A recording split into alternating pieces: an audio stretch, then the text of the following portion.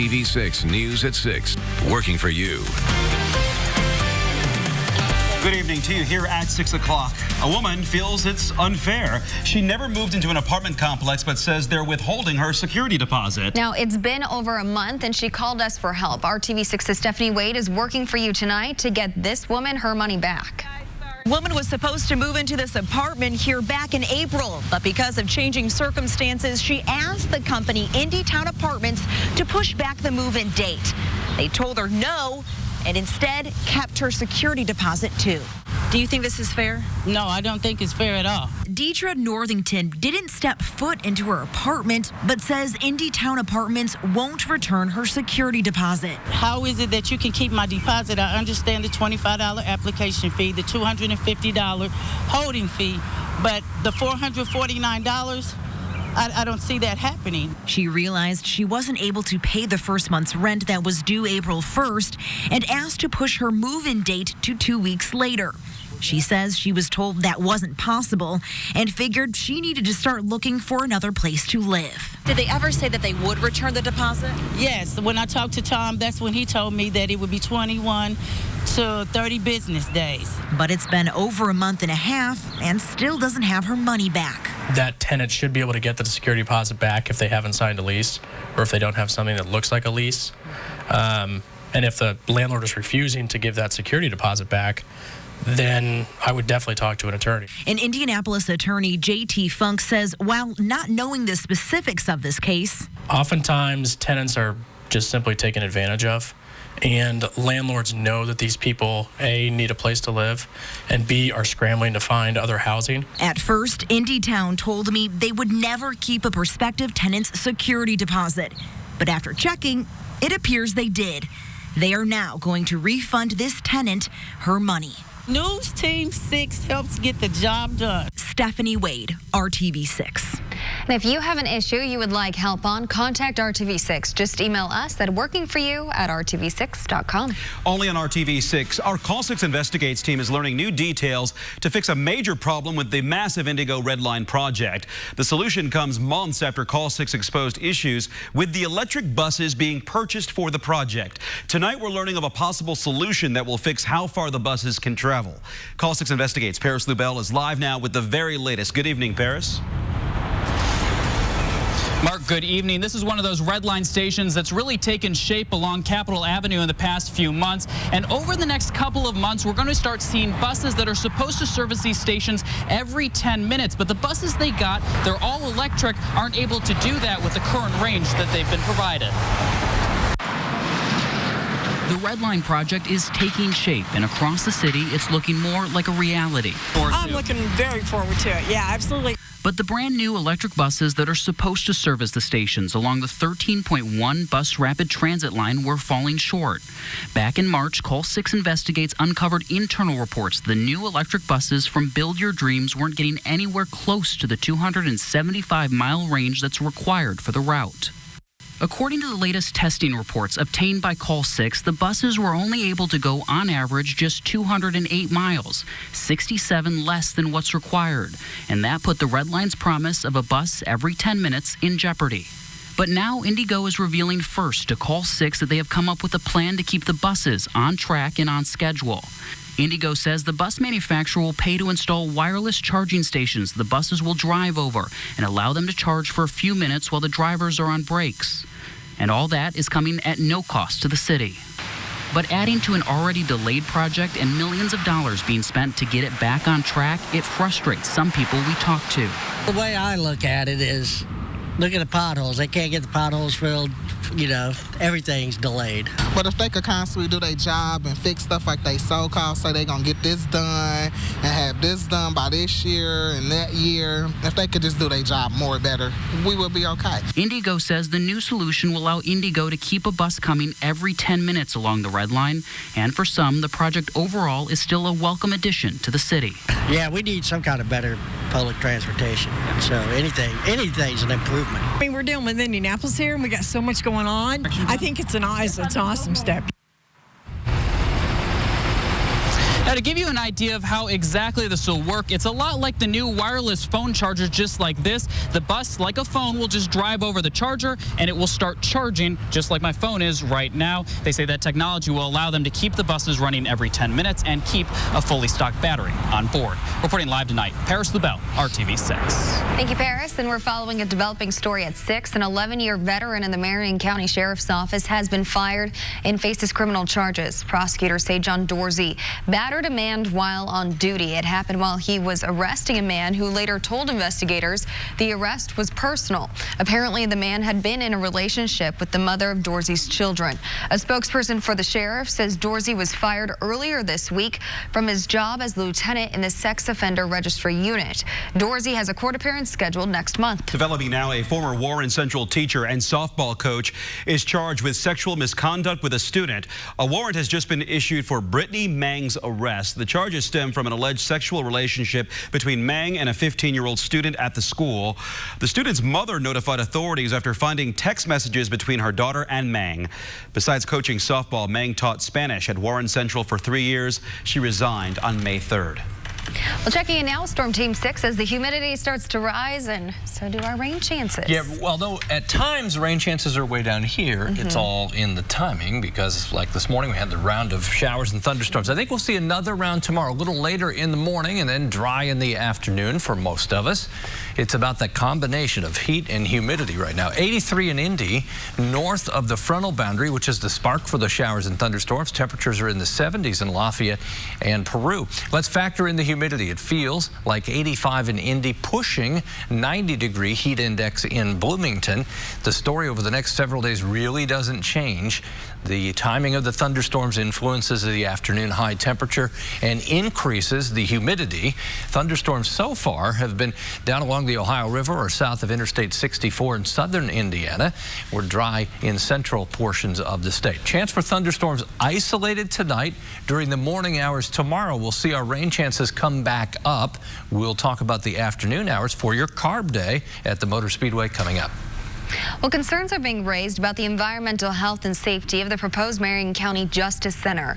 Ground for the project was broken last year and site development is ongoing. The proposed facility will cover 150 acres and house a new jail, courtrooms, and offices for prosecutors, the public defender's office, and the probation department. The problem is the 100 years worth of chemicals that are buried in the soil of the former Citizens Coke plant. A member of the public defender's board of directors questions the site viability. If it's not suitable for residential property, then it's not suitable for a jail and a courthouse. But the city says it is removing thousands of tons of impacted soil and will use state-of-the-art remediation techniques to make the property safe. Now, the Indiana Department of Environmental Management has final approval over those measures. We now have an idea of how many homeless people live in the city of Indianapolis. The annual point-in-time count was conducted on January 30th when the temperature in Indianapolis got to -11. Volunteers went through Indianapolis streets and counted how many homeless people they found and helped them with shelter and supplies. The count showed about 1,500 homeless people, a decrease in the population of 7% from the 2018 results. The numbers are encouraging for city officials, but shows there is still work that needs to be done. Far too many remain on our streets, far too many veterans, far too many families still need a realistic path to permanent supportive housing. So we will continue to prioritize this issue, but in a way that seeks comprehensive, long-term, systemic solutions that lead to permanent housing. The point-in-time count is a mandatory requirement to receive federal funding from the Department of Housing and Urban Development. The Indiana Secretary of State's office is now mailing postcards to help identify outdated or inaccurate voter registrations. The postcards are from the office's election division. They remind you that November 5th is Election Day, but they're also being used to revise Indiana's statewide voter list. Postcards marked as undeliverable will help identify outdated voter information. If the first mailing is returned as undeliverable, a second postcard will be sent to the forwardable address. Then you will be asked to confirm or update your address or cancel your Indiana voter registration using a postage prepaid voter response card. A Memorial Day tradition is making its final journey after more than 30 years. Today, the Indiana chapter of Rolling Thunder left Indianapolis heading to Washington, D.C. The motorcyclists will join dozens of other chapters from around the country in Washington, D.C. on Monday to demonstrate on behalf of military service members missing in action. National organizers say the annual rides will end after this year due to logistical and funding issues. But Indiana officials are working on a plan to keep the rides rolling, at least within our state. What we are offering is the Indiana War Memorial's property to be the linchpin of the activities that we'll do next year. We'll do a state ride, and we got a lot of planning to do. We're going to need a lot of help, but I think it's important that Hoosiers are always out front on these state activities, and we want to make sure that we've got more acreage than any other city in the nation. We've got second only to Washington, D.C. in the number of monuments. It's time to step up with the ride. Again, the plan is in the very, very early stages. Officials say they'll work out a timeline and have an official announcement soon. He's the veteran reporter who needs no introduction to our viewers. Derek Thomas has been bringing you compelling stories for 40 years, but it's not just his storytelling that stands out. It's also his distinctive delivery of a certain line. And I'm Dave First, live at the Indianapolis Motor Speedway. Can you game plan for Carb Day tomorrow? Well, some of the drivers say yes, you can, including our driver analyst, Tony Kanaan. We'll hear from him. Plus, looking ahead to yet another Trackside 6 special coming up at 7:30 in just a bit. The only name you need to know. This is RTV6 News at 6, working for you. Welcome back. RTV6 is celebrating 70 years on the air this month. We signed on May 30th, 1949. Yeah, and there is one reporter here who has been here more than half of that time. Derek Thomas joined WRTV in April of 1979, 40 years ago. He quickly became one of Channel 6's most recognizable faces and voices. Over the years, his distinctive way of signing off at the end of his stories became legendary. When I first came here, we were the news, and we all said at the end of our report, Derek Thomas for the news, Channel 6. Derek Thomas for the news, Channel 6. Derek Thomas for the news, Channel 6. Derek Thomas for the news, Channel 6. I haven't said that in over 25 years. Rarely does a day go by that somebody doesn't say to me, for the news, Derek Thomas. I could have a ball cap on, I could be in my running clothes, my collar up. They recognize me and say, for the news. And, it just, and they, when I first stopped doing it, everyone would stop me and say, why'd you stop doing that? Why did you stop doing that? And I said, we have changed our out cues. We don't say that anymore. They shouldn't have done that. I said, hey, I have to follow the rules. So that's what happened. That's how that happened. Derek Thomas for the news, Channel 6. That doesn't get old. Channel 6. Derek calculates he's done about 12,000 stories in his 40 years here at Channel 6. The very first one in 1979, a piece on an entire train station being moved in Franklin. And tonight at 11, we're taking a trip through the RTV6 archives to 1977, when the original scoring pylon was still standing at the Speedway and maintenance workers had to go to some extreme lengths to keep it running. Our look back in tonight's on the news at 11. And all this leads up to May 30th, a week from today, when former anchors Clyde Lee and Dion Willis lead us in a 1-hour special at 7 p.m. 70 years together, RTV6 working for you. We do hope you're able to join us for that. And getting ready for all the activities at IMS this weekend, and most of the people who work at the track are keeping their eyes on the sky. So today, the president of IMS talked to reporters about plans for track operations this Sunday. He acknowledges things could be up in the air due to the forecast that could include some rain and storms. But right now, the plan is to be ready to run all of the events on schedule. A lot of factors go into it, and it's hard for us to speculate on what's going to happen. We'll monitor it, and we'll try and keep folks updated, but likely Sunday morning will be the first time that we have any definitive statement on what we think is going to happen. Bull says even if there is some rain Sunday morning, they will try to start all of the pre-race activities on time. Kevin? I think he's on target. Oftentimes, we were talking about the round of thunderstorms. Depending on the timing, squelches activity for hours afterwards. We'll see how it plays out. Here's the game plan Friday through the weekend. Now, temperatures on Saturday will be their warmest at 87. We come down a bit on Sunday, but we raise the rain chances just a bit.